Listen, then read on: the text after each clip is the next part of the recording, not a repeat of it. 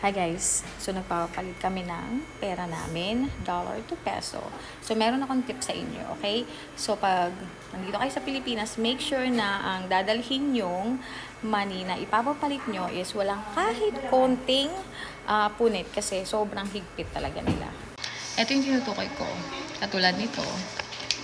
Ayan, meron siyang katiting na punit dyan, hindi yan pwede.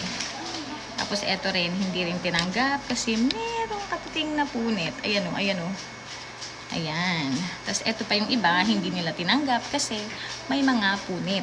So, pag nandito kayo sa Pilipinas, make sure na yung mga ipapalit nyo is walang kahit konting katiting na punit para smooth ang transaction. Yun lang. Bye! So, eto nga pala yung palitan nila ngayon dito. Nandito kami sa Metro Gaisano, dito sa Pampanga. So, ayan.